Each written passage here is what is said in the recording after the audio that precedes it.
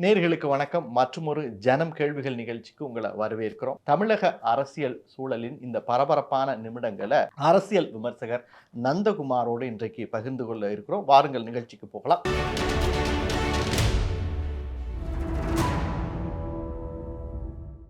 வணக்கம் நந்தகுமார். வணக்கம். எப்படி இருக்கீங்க? அட்டாசமா இருக்கேன். நீங்க எப்படி இருக்கீங்க? நல்லா இருக்கேன் சார், நல்லா இருக்கேன். தேர்தல் வாக்குறுதிகள் ரெண்டு சைடுமே பலமா இருக்கு சார்.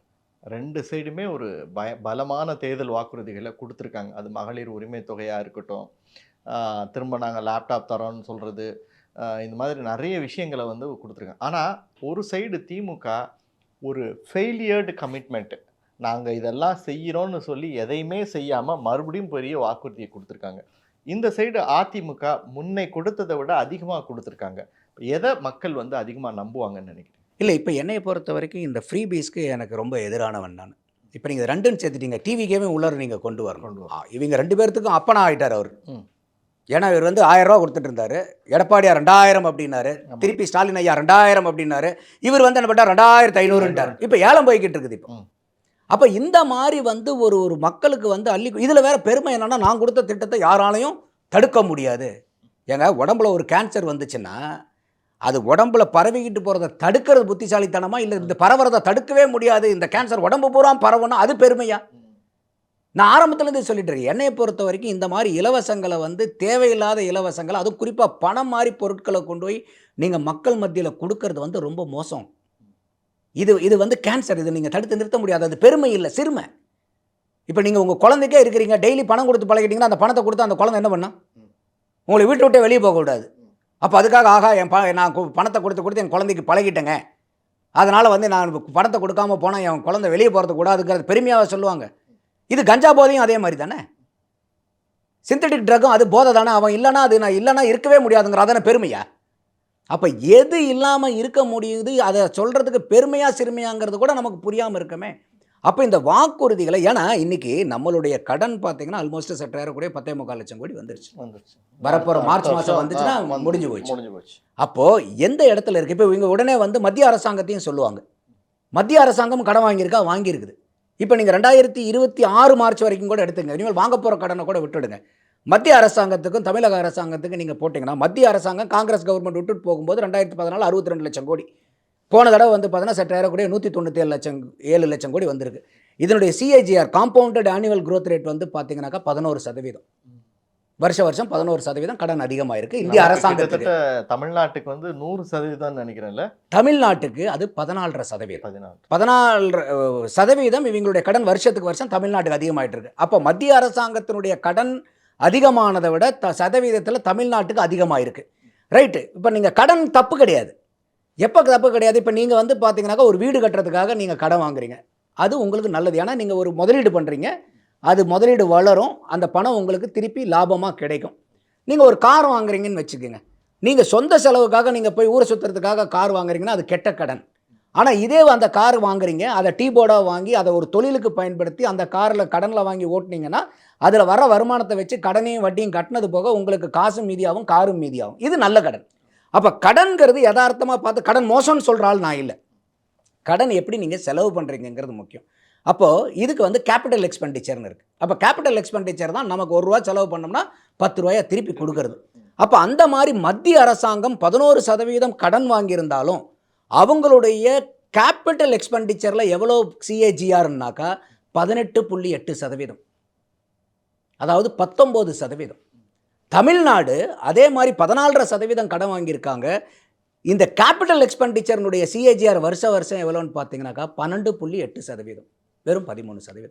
அப்போ நீங்கள் உங்களுடைய கடன் வளர்ச்சியை விட முதலீடு கம்மியாக இருக்குது. இந்திய அரசாங்கத்துக்கு கடன் வளர்ச்சி 11% இருந்தாலும் முதலீடுனுடைய வளர்ச்சி 19% இருக்குது. எப்படி ரெண்டையும் நம்ம சரிப்படுத்தி பேச முடியும்? ஓகே, அதெல்லாம் தாண்டி இப்போ நம்ம திமுகவினுடைய கூட்டணி தொகுதி பங்கீடு இதெல்லாம் பற்றி பேசிகிட்டு இருந்தோம். இந்த சைடு என்ன சார் நடக்குது? NDAல இப்போ மறுபடியும் பியூஷ் கோயல் வராரு. நாளைக்கு வந்து எடப்பாடியார் வந்து டெல்லி போகிறதா ஒரு தகவல் வந்திருக்கு. 30 முடியலாம், 40 முடியலாம் அப்படின்னு நிறைய ஊகங்கள் வருது. ஏன் இவ்வளவு நாளாக NDAல தொகுதி பங்கீடு முடியலை? இல்லை, கட்டாயமாக இது வந்து இன்றைக்கி தேர்தலுக்கு டைம் இருக்குங்கிறனால ரொம்ப கேஷுவலாக இருக்காங்க. அதே மாதிரி வந்து யாருக்கு என்ன தொகுதிங்கிறது எல்லாம் இப்போ திமுக கூட்டணியில் இருக்கிற மாதிரி இங்கேயும் பேச்சுவார்த்தைகள் இழுபறிலாம் எல்லாமே இங்கே வந்து அப்படியே சுமூகமாக முடியுங்கிறதெல்லாம் இல்லை. ஆனாலும் பேச்சுவார்த்தை ஆரம்பத்துலேருந்தே நடந்துக்கிட்டு தான் இருக்குது. அவங்க பாட்டாளி மக்கள் கட்சி வரும்போதே நாங்கள் சீட்லாம் ஃபைனலைஸ் பண்ணிட்டோம், டைம் வரும்போது நாங்கள் சொல்கிறோம்னாங்க. அதுக்கப்புறம் அமமுக வரவே மாட்டாங்கன்னு நினச்சாங்க, அவங்க உள்ளார வந்தாங்க. என்ன காரணம் சொல்கிறாங்க அப்படின்னா, திமுகவில் இப்போது தொகுதி எண்ணிக்கையை மட்டும்தான் முடிவு பண்ணியிருக்காங்க, தொகுதி ஒதுக்கீடு எது அப்படிங்கிறத இன்னும் முடிவு பண்ணல அப்படின்னு. ஆனால் என்டிஏ கூட்டணியில் வந்து தொகுதி எண்ணிக்கையை முடிவு செய்யும் போது எந்த தொகுதிங்கிறத ஒதுக்கீடு பண்றதையும் சேர்த்தே முடிவு பண்றதுக்கான பேச்சுவார்த்தை நடந்துகிட்டு இருக்கு. அதனால தான் இவ்வளோ டிலே. இல்லை, அதுவும் நியாயமானது தான். என்ன காரணம்னு கேட்டிங்கன்னா, இன்றைக்கி திமுக காங்கிரஸுக்கு 28 சீட்டு கொடுத்துருக்கு. இப்போ எல்லாருமே அதிமுக கூட்டணியில் இருக்கிறீங்க பூரா என்ன கேட்குறாங்க, அந்த 28 சீட்டில் எப்படியாவது சீட்டு வாங்கணும்னு முயற்சி பண்ணிட்டு இருக்காங்க. ஏன்னா இந்த சீட்டை தோக்கடிக்கிறதுக்கு திமுகவே வேலை பார்க்கும். அப்போ இந்த காங்கிரஸ் நிற்கிற தொகுதியிலலாம் யாருக்காவது கிடைச்சதுன்னா அது வந்து வின்னிங் சீட்டு. Okay okay. அந்த 28ல் யாருக்கு எவ்வளவு போகுதுங்கிறது இப்ப அது ஒரு பெரிய போட்டி நடந்துட்டு இருக்கு. அதே மாதிரி கம்யூனிஸ்டுகளுடைய வாக்கும் டிரான்ஸ்ஃபர் ஆகாது. இப்ப கூட்டணி கட்சிகள் எல்லாமே வந்து பெரிய அதிருப்தியில் இருக்காங்க. அதுதான் இப்ப ஒரு பெரிய சிக்கல்.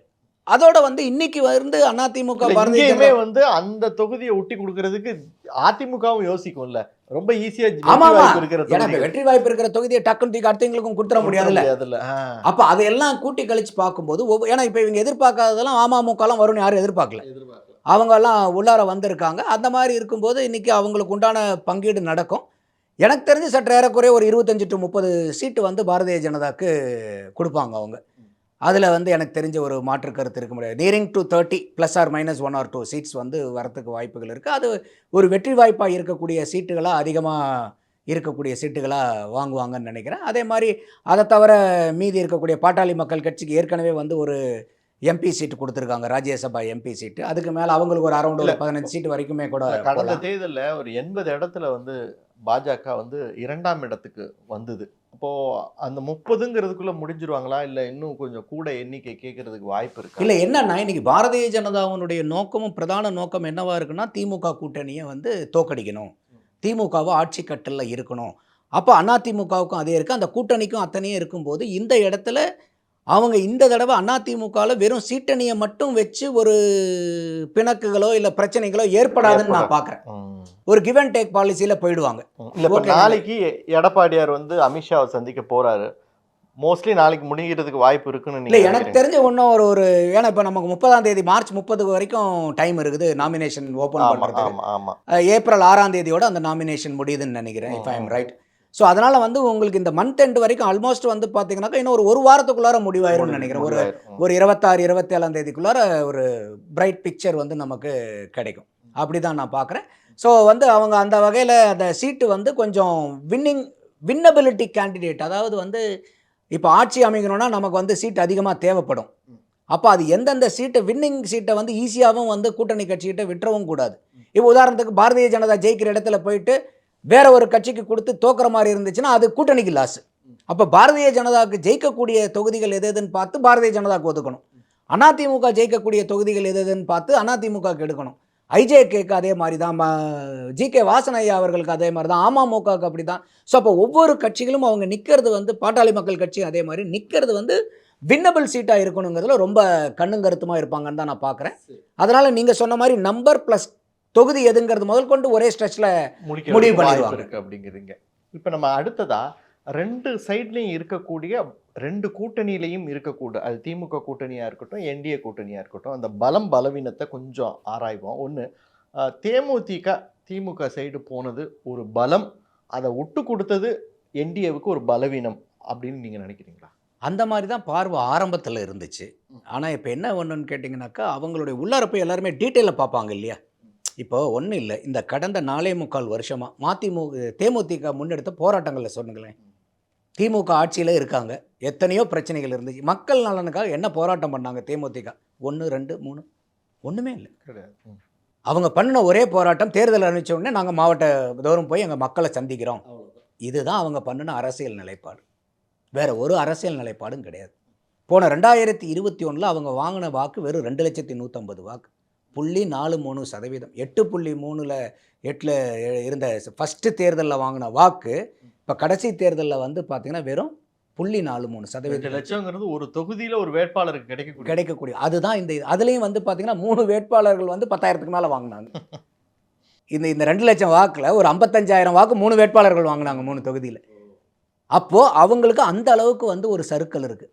2024ல் அதிமுக கூட கூட்டணி வச்சதுனாலையும் ஐயா விஜயகாந்த் அவர்களுடைய மறைவுனாலையும் அந்த வாக்கு வந்து பார்த்தீங்கன்னாக்கா உங்களுக்கு வந்து 2.4% போச்சு. இல்லைன்னா தேமுதிகவை சீன்றதுக்கு ஆள் இல்லை. அன்னைக்கு அதிமுக கூட கூட்டணி வர்றதுக்கு ஆள் இல்லை. அதனால் அவங்க வந்து வேறு வழி இல்லாமல் ஒரு ராஜ்யசபா சீட்டுன்னு அவங்க வாய விட்டாங்க அன்றைக்கி. ஆனால் இன்றைக்கி அதை பேரமாக வச்சு இன்றைக்கி திமுக அவங்களுக்கு கொடுக்க வேண்டிய கட்டாயம் வருது. இப்போ அதிமுக கமிட் பண்ண லாஜிக்கை புரிஞ்சுக்க முடியுது. ஏன்னா அன்றைக்கி 2024 பலகீனமாக இருந்தாங்களா கூட்டணி இல்லாமல்? ஆமாம், அதிமுக கூட யாரும் வரல, இவங்க போனாங்க, எஸ்டிபிஐ போச்சு. அப்போ அதுக்கு அவர் சொன்னார். அது கூட வந்து பார்த்தீங்கன்னா அவர் வந்து நான் 2026 தரேன்னு தான் சொன்னார். அப்போ நீங்கள் இதுக்கே வந்து நீங்கள் ஒரு சீட்டை கொடுத்து ரெட்டை இலக்கில் எம்எல்ஏக்களை பேசி வச்சு இன்றைக்கி அதுதான் வந்து இன்றைக்கி திமுக கூட்டணியில் ஏகப்பட்ட பிரச்சனையை கிளப்பி விட்டுட்டு இருக்கிறது தேமுதிக. அப்போ நீங்களே சொல்லுங்கள், தேமுதிக திமுக கூட்டணிக்கு போனது அவங்களுக்கு சாதகமாக பாதகமா? சரி, ஓகே, அது ஒரு பெரிய பலம் இல்லை அப்படின்றீங்க. அதே போல் மறுபடியும் வந்து அன்புமணி மறுபடியும் என்டிஏக்குள்ளே வராரு. ஆனால் வந்து கட்சிக்குள்ளே ஒரு பிளவோடு வராரு. இது வாக்கு சதவீதத்தில் ஏதாவது தாக்கத்தை ஏற்படுத்துமா? மைன்யூட் ப்ராப்ளம் இருக்கலாம், வெரி மினிஸ்கியூல் நம்பர்ஸ், பெரிய அளவுக்கு இல்லை. என்ன காரணம்னு கேட்டிங்கன்னா அவங்க ஆரம்பத்தில் வந்து ஸ்ப்ளிட் ஆகும்போது கூட வந்து பார்த்திங்கன்னா நானே சொல்லியிருக்கேன், இல்லை இது வந்து பெரிய ஸ்ப்ளிட் ஆகுது, இது இவங்க 2 பேரும் ஒன்றா ஒரே இடத்துக்கு கூட்டணிக்கு போகணும், அப்போ அது பலம் கொடுக்கும். புரியுதா நான் சொல்கிறது? இப்போ அன்புமணியும் ஒரே கூட்டணிக்கு போகணும், ராமதாஸ் அவர்களும் கூட்டணிக்கு போகும்போது அவங்களுக்கு உதாரணத்துக்கு ஒரு 20 சீட் கொடுக்குறாங்கன்னா அந்த 20 இவங்க 2 பேத்துக்கும் நீ உனக்கு 10, நீ உனக்கு 10, இல்லை உனக்கு 12, உனக்கு 8 அப்படிங்கிற மாதிரி பிரித்து கொடுத்தா ஒட்டுமொத்த வாக்கு அங்கே போகும்னு நினச்சோம். ஆனால் இந்த நடவடிக்கை, இந்த கட்சி ஸ்ப்ளிட் ஆனதுக்கப்புறம் எடுக்கக்கூடிய நடவடிக்கைகள் இருக்குது பாருங்கள், ஆட்சி, அதாவது அவங்களுடைய போராட்ட குணம், அந்த இதெல்லாம் பார்க்கும்போது இந்த சாதிவாரி கணக்கெடுப்பு எடுக்க சொல்லி 2 ஃபேக்ஷனுமே போராடுது. ஐயா அன்புமணியும் போராடுறாரு, ஐயா டாக்டர் ராமதாஸும் போராட்டத்தை அறிவிச்சு பண்ணார். அது நீங்கள் பார்த்தீங்களா இல்லையான்னு தெரியல. அன்புமணி போராட்டத்தை பார்க்கும்போது ஒரு கட்சி, ஒரு ப்ரொஃபஷனல், அந்த பாட்டாளி மக்கள் கட்சியினுடைய ஐடென்டிட்டி அதில் தெரியுது. வெல் ஸ்ட்ரக்சர்டாக, வெல் பிளான்டாக, வெல் டெடிக்கேட்டடாக அதை பண்ணுறாங்க. ஐயா ராமதாஸ் அவர்களுடைய இதை போய் பார்க்கும்போது ஒரு சாதாரணமாக இன்றைக்கி நேற்று வந்து ஒரு புது கட்சி ஆரம்பிச்சிருந்தா அவங்க ஒரு போராட்டத்துக்கு வந்திருந்தா எப்படி பண்ணுவாங்க? அந்த மாதிரி இருந்துச்சு. சரி, அவங்க அந்த பொண்ணை வந்து அவங்க வந்து திருப்பி கொண்டாந்து செயல் தலைவராக கொண்டு வராங்க. ஏற்கனவே ஐயா ராமதாஸுக்கு கம்ப்ளைண்ட்டே என்ன, என் பையனை கொண்டு வந்து நான் வந்து தப்பு பண்ணிட்டேன், இப்போ பொண்ணை கொண்டு வந்திருக்கீங்க, why are you repeating your mistake? அப்போ என் பையனை கொண்டு வந்தது மிஸ்டேக்னா பொண்ணை கொண்டு வரது மிஸ்டேக் இல்லையா? அப்போ இது எல்லாம் வந்து ஐயா ராமதாஸ் அவர்கள் மேலே ஒரு பெரிய கேள்விக்குறி ஏற்படும். அதுவும் இல்லாமல் அந்த அம்மா பேப்பரை பார்த்து, இப்போ ஸ்கூலில் படிக்கும்போது வந்து பார்த்தீங்கன்னா மனப்பாடம் பண்ணி மேலே பார்த்து சொல்லுவாங்க பாருங்கள், மேலே ஏதோ இருக்கிற மாதிரி, அது பழக்கம். அது அந்த அம்மா அந்த மாதிரி ஒரு திட்டத்தை கூட வந்து மேலே பார்த்து பேசுகிறாங்க. அப்போ அதை பார்க்கும்போது என்ன ஆகுதுன்னா, இப்போ நீங்கள் அரசியலை பொறுத்த வரைக்கும் இட் இஸ் ஆல்வேஸ் ஃபியூச்சரிஸ்டிக் தான். இல்லை, நேற்று வரைக்கும் நடந்த சந்தேகம் வருது அப்படின்னா, ஒரு கட்டத்தில் ராமதாஸ் கட்சியை பிளவுபடுத்தணுன்ற அந்த முயற்சியிலேருந்து பின்வாங்கிட்டாரோ அப்படின்னு நீங்கள் பார்த்தீங்கன்னா, ஒரு கட்டத்தில் என்னென்னா வந்து இவர் திமுக கூட வந்து பேச்சுவார்த்தைலாம் நடத்திட்டு இருக்காரு, திமுக கூட்டணிக்குள்ளே ராமதாஸ் போயிடுவாரெலாம் அடிபட்டுச்சு. இப்போ அந்த பேச்சுவார்த்தையெல்லாம் எதுவுமே இல்லை, அமைதியாக இருக்குது. அப்போது இது என்னன்னா அவர் புரிஞ்சுக்கிட்டாரு, நம்ம சைடு யாரும் இல்லை அப்படிங்கிறத புரிஞ்சுக்கிட்டாரு, இல்லை உடைக்க வேணாம்னு நினைக்கிறாரு? இல்லை, அவர் வந்து அந்த அளவுக்கு அண்டர் எஸ்டிமேட்டும் பண்ண முடியாது. டாக்டர் ராமதாஸ் அவர்கள் வந்து 87. இப்போ நீங்கள் இன்றைக்கி கட்சியில் வந்து நிர்வாகிகளும் தொண்டர்களும் யார் பக்கம் இருக்காங்கன்னா அன்புமணி அவர்கள் பக்கம் தான் இருக்காங்க. காரணம் என்னன்னு கேட்டிங்கன்னா, எதிர்காலம் இந்த பக்கம் பார்க்க. இப்போ ஒரு அரசியல் களத்தில் உள்ளார வரவன் அவன் ஃபியூச்சரிஸ்டிக்காக நாளைக்கு நமக்கு அரசியல் எப்படி இருக்குன்னு தான் ஒருத்தர் வருவான். நேற்று வரைக்கும் இந்த அரசியல் எப்படி இருந்துச்சுங்கிறத பார்த்து வரமாட்டான். Politics is always about future. அப்போ அந்த மாதிரி இருக்கும்போது இன்றைக்கி பாட்டாளி மக்கள் கட்சியில் இருக்கக்கூடிய நிர்வாகிகள் பூரா அன்புமணி ராமதாஸ் பக்கம் நிற்கிறாங்க, தொண்டர்கள் பூரா அங்கே நிற்கிறாங்கன்னா காரணம் என்னன்னு கேட்டிங்கன்னா, இதுதான் வந்து ஃபியூச்சர் ஆஃப் பிஎம்கேன்னு பார்க்குறாங்க. ஏன்னா ஐயாவுக்கு வயசாகிடுச்சு. இப்போ நீங்கள் கொண்டு வந்திருக்க செயல் தலைவருடைய கெப்பாசிட்டியும் நீங்கள் எக்ஸிபிட் பண்ணுறீங்க, பெரிய அளவுக்கு இல்லை. அங்கே கூட இருக்கிற ஆளுங்களும் பெருசாக வந்து ஒரு க்ரௌட் புல்லரோ அவங்கள இருக்கல, ஒரு சாதியை சார்ந்த வாக்கு, சில வாக்குகள், நான் அதனால தான் சொன்னேன் ஒரு மினிஸ்கியூல் நம்பர் வந்து இந்த பக்கம் வரலாம். ஆனால் ஐயா அண்டர் எஸ்டிமேட் பண்ணிடாதீங்க. அவர் கடைசி நேரத்தில் வந்து பையன் கூட வம்படி போடணுங்கிறதுக்காக எங்கெங்கெல்லாம் பாட்டாளி மக்கள் கட்சி நிற்குதோ அங்கே பூராமே கூட எதிர்த்து ஒரு திமுகவுடைய ஆதரவோடு இவர் தனி சீட்டு போகிறதுக்கு கூட வாய்ப்புண்டு. அதை திமுக செய்யும் கட்டாயமாக. ஏன்னா திமுகக்குள்ளார இன்றைக்கி ஐயா ராமதாஸ் போக முடியாது. அவர் வந்து அது ஐயா நம்ம கட்சி வாக்க உடைக்கக்கூடாதுங்கிற பெருந்தன்மையில் இல்லை. உள்ளார போனால் அண்ணன் திருமாவளவன் வெளியே போயிடுவார். அங்கே அதுதான் ஈக்குவேஷன். இல்லைன்னா இத்தனை பேர்த்த வண்டியில் ஏற்றுறாங்களே, என்ன ராமதாஸ் கூப்பிட்டு ஏற்றி உள்ளார வச்சிருக்க மாட்டாங்க. எனக்கு அந்த இடத்துல என்ன சந்தேகம் வருதுன்னா, ராமதாஸ் ஒரு முயற்சியை எடுத்திருக்கலாம், ஆனால் ராமதாஸ் உள்ளே வரனால எந்த பிரயோஜனமும் இல்லை அப்படின்னு திமுக நினச்சி வேணான்னு அவங்கள உள்ளே இழுக்கலையா? இல்லை, அதாவது ஒரு பெர்ஸ்பெக்டிவ்க்கு கூட எடுத்திருக்கலாம். ஆனால் அதை விட இன்னைக்கு ஐயா ராமதாஸ் உள்ள வந்தால் நாங்கள் வெளியே போயிடுவோங்கிறத பல நேர்காணல்களில் அண்ணன் தொல் திருமாவளவன் சொல்லியிருக்காரு. அப்போ ஐயா உள்ளார வந்தால் நாங்கள் அவங்க கூப்பிட்டுட்டோம் தப்பு இல்லை, ஆனால் நாங்கள் வெளியே போயிடுவாங்கும் போது அவங்களுக்கு பெரிய முட்டு கொடுக்கறது வந்து ராமதாஸை விட அண்ணன் தொல் திருமாவளவன் தான் வேணும். அவங்க கட்சி தான் இன்றைக்கி பெரிய அளவுக்கு திமுகவுக்கு வந்து ஆதரவாக நின்றுக்கிட்டு இருக்குது களத்தில். இந்த 4.25 வருஷமாக அவங்களுடைய வாக்கு வங்கியை செதைச்சிக்கிட்டு தன்னைத்தானே சுயத்தை இழந்துக்கிட்டு திமுகவுக்கு ஆதரவாக நிற்கிது விசிகா. அந்த மாதிரி அவங்க நிற்கிறதுக்கு எங்கே இருக்காங்க ஆட்கள்? பாட்டாளி மக்கள் கட்சியில் ஐயா ராமதாஸினுடைய பிரிவில் அது இல்லை. ஸோ அப்போ இவங்களை உள்ளார வந்தாலும் இப்போ கூட்டணிங்கிறதே ஒரு அரித்தமெட்டிக் தானே போடுறாங்க. அப்போ ஓகே, இவர் வந்தால் இவர் போனாலும் பரவாயில்ல, அப்போ இவர் வரனால என்ன லாபம், இவர் போகிறனால என்ன நஷ்டம்? அப்போ இதை கூட்டி கழித்து பார்த்தா நெட்டாக ப்ளஸ்ஸாக வருதா மைனஸாக வருதான்னா, ஐயா ராமதாஸ் அவர்கள் உள்ளார வந்து அண்ணன் தொல் திருமாவளவன் வெளியே போனார்னா நெட்டாக மைனஸில் முடியும். அதனால் அவங்க உள்ளார வரல. ஆனால் என்ன ஸ்ட்ராட்டஜி எடுப்பாங்கன்னா, மேபி அன்புமணி அவர்கள், அதாவது அவருக்கு பெருந்தன்மையாக இருக்கணும்னு நீங்கள் சொல்கிற மாதிரி இருந்தால் அவரும் வந்து இங்கே என்டிஏ களத்தில் வந்து இருக்கக்கூடிய பாட்டாளி மக்கள் கட்சி சீட்டை பிரித்து நிற்கலாம். அப்படி நிற்கிறதுக்கு சொற்பமான வாய்ப்புகள் தான் எனக்கு கண்ணுக்கு தெரியுது. என்ன நடக்கும் அப்படின்னா, திமுகவினுடைய ஆதரவு பெற்று அண்ணன் அன்புமணி அவர்கள் எங்கெங்கெல்லாம் வந்து வேட்பாளர்களை போடுறாங்களோ அங்கெல்லாம் வந்து ஐயா ராமதாஸ் அவருடைய வேட்பாளர்களை போட்டு அங்கே அந்த வாக்கை வந்து சாதியை பயன்படுத்தி பிரித்து அவங்கள தோக்கடிக்கிறதுக்கு உண்டான முயற்சியை எடுப்பார். அவ்வளோ சுலபமாக விட்டுக்கிறாங்க. ராஜ்யசபா சீட்டுக்கு எப்படி இருந்தாலும் இது அக்செப்டே ஆகாதுன்னு தெரிஞ்சு ஒரு கேண்டிடேட்டை போடுறாரு. அவர் வந்து சட்டமன்ற தேர்தலில் வந்து ஆள் நிற்காமல் போயிடுவார்னு எப்படி நீங்கள் எதிர்பார்க்க முடியும்? இன்னைக்கு பாஜக மட்டும் இல்லைன்னா தமிழ்நாட்டில் திமுகவால் ஆட்சியே பண்ண முடியாது. ஏன்னா பாஜக பேரை சொல்லி தான் திமுக இன்னைக்கு எல்லாத்தையும் பண்ணிட்டு இருக்காங்க. ஆமாம், நான் இதைத்தான் நானே பல விவாதங்களில் நான் டிவியில் சொல்லியிருக்கிறதே. ஒரு ஆர்குமெண்ட், ஒரு ஹைப்போதெட்டிக்கல் சிச்சுவேஷன், பாரதிய ஜனதா வந்து தமிழ்நாடு அரசியலேருந்து வாக் ஓவர் வாங்குதுன்னு வச்சுங்க, ஒரு ஆர்குமெண்ட் சேர்க்குக்காக. அடுத்த 15 வருஷம் நாங்கள் வந்து தமிழ்நாட்டை வந்து எங்களுக்கு வேண்டாம் அப்படின்றாங்கன்னா திமுகவுக்கு அரசியலே இல்லை. ஏன்னா அவங்களுடைய சமூக நீதி, சமத்துவம், மகளிர் உரிமை, சுயமரியாதை எல்லாம் போச்சு. ஒன்றுமே அப்படின்னா என்னன்னு கேட்குற அளவுக்கு இருக்காங்க.